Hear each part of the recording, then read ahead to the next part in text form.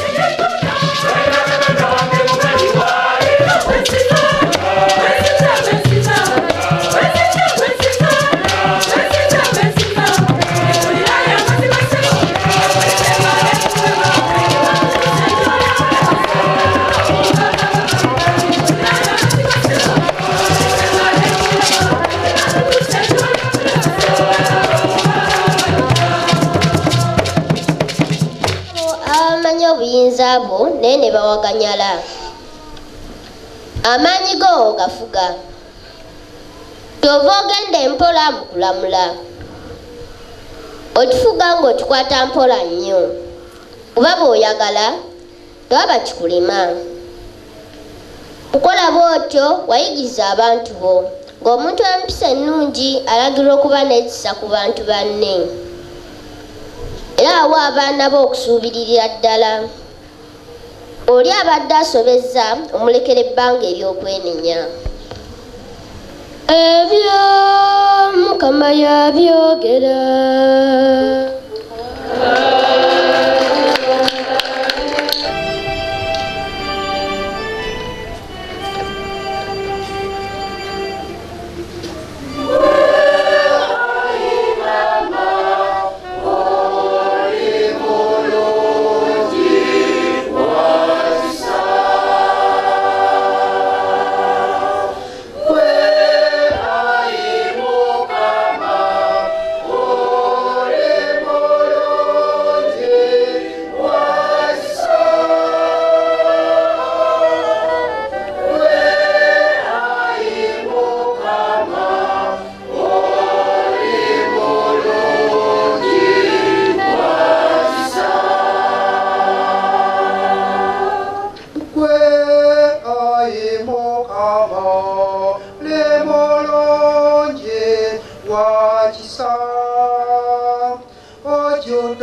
kusasira bona bakukola ulilisa ibukamo kwegayirira kwange sawo moyo kudobozi lyokwegayirira kwange. The second reading.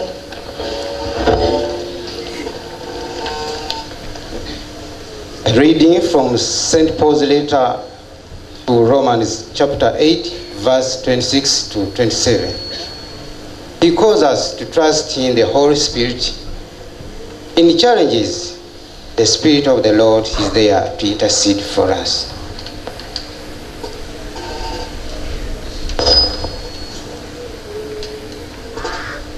Brethren, the Spirit helps us in our weakness. We do not know how to pray as we ought. But the Spirit Himself intercedes for us with sighs too deep for words. And He who searches the hearts of men knows what is in the mind of the Spirit, because the Spirit intercedes for the saints according to the will of God. Brethren, this is the word of the Lord. May we stand up to welcome the gospel.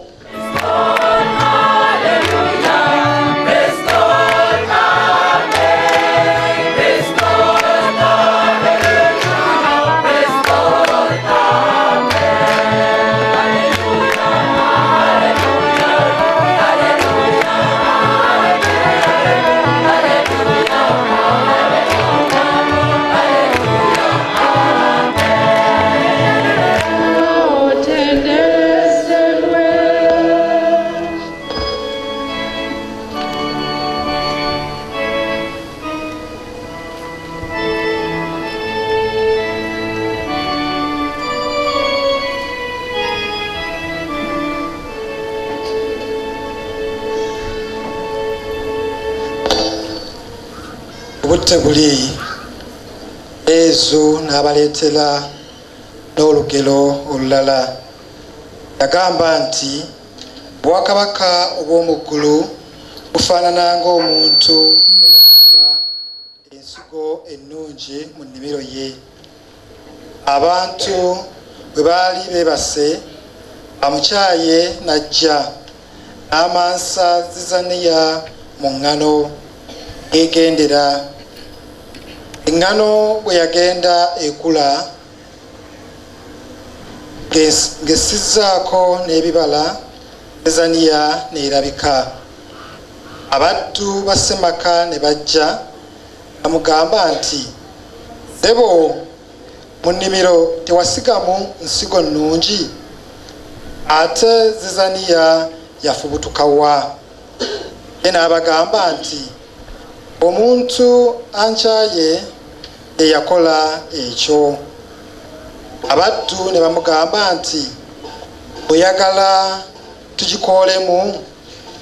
Ye n'abagamba nti, nedda, bwe munaaba mukuulamu zezaniya, bwe naabaawo nga mukuuliramu n'eŋŋano.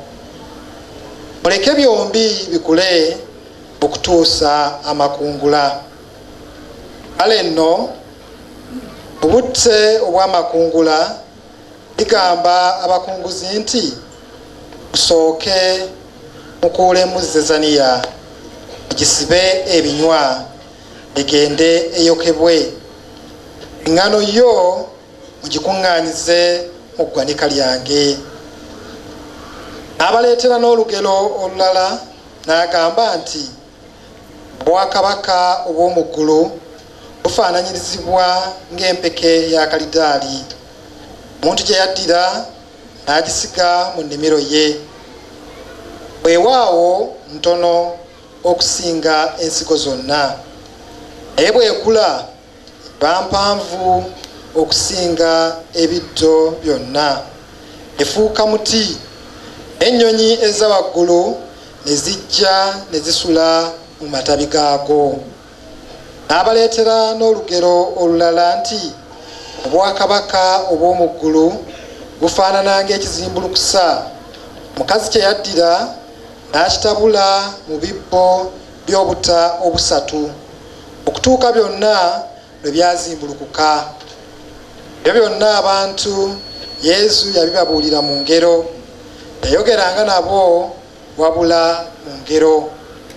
Omulanzi kye yayogera kituukirira, yagamba nti nayogeranga mu ngero ne mmanyisa ebitukuvu ebikolebwa ebitayatulwa okuva ku matandika g'ensi. Awo Yesu n'asiibula ekibiina n'akomawo eka. Abayigirizwa be ne basemberera bwali ne bamugamba nti tuvuunulire olugero lwa Zezaniya ey'omu nnimiro. Ye n'ayanukula n'abagamba nti asiga ensigo ennungi omwana w'omuntu, ate ennimiro y'ensi. Ensigo ennungi be baana b'obwakabaka, Zezaniya be baana b'omubi. Omulabe asiga Zezaniya ye Sitaani. Amakungula y'enkomerero y'ensi, abakunguzi be bamalayika. Awo nno nga Zezaniya bweyungulwa n'eyokebwa omuliro bwe guliba ne ku nkomerero y'ensi. Omwana w'omuntu alituma abamalayika be bayoola mu bwakabaka bwe ebyesitazo byonna, n'abo bonna abakola obubi ne babasuula mu kabiga ak'omuliro omuliba okukaaba amaziga n'okuluma obugigi. Bo abatuukirivu baliyakaayakana ng'enjuba mu bwakabaka bwa Kitaabwe. Alina amatu agawulira awulire. Kino kye kigambo ky'Omukama. Omulungi akyali nange ku puroguramu Owulira Eddoboozi. Tuli wano Nnakulabye ku lunaku lw'okujaguza dinale, ku lunaku lwa dinale, era nga nkujjukiza nti parishes nnyingi ezigatta dinale eno, ezikola dinale eno, mwe muli Mulago, Jinja Kalooli, Nnakulabye yennyini n'endala nnyingi. Kankuwummuzeemu katono, tukyagenda mu maaso n'ekitambiro kya mmisa. Tovaawo.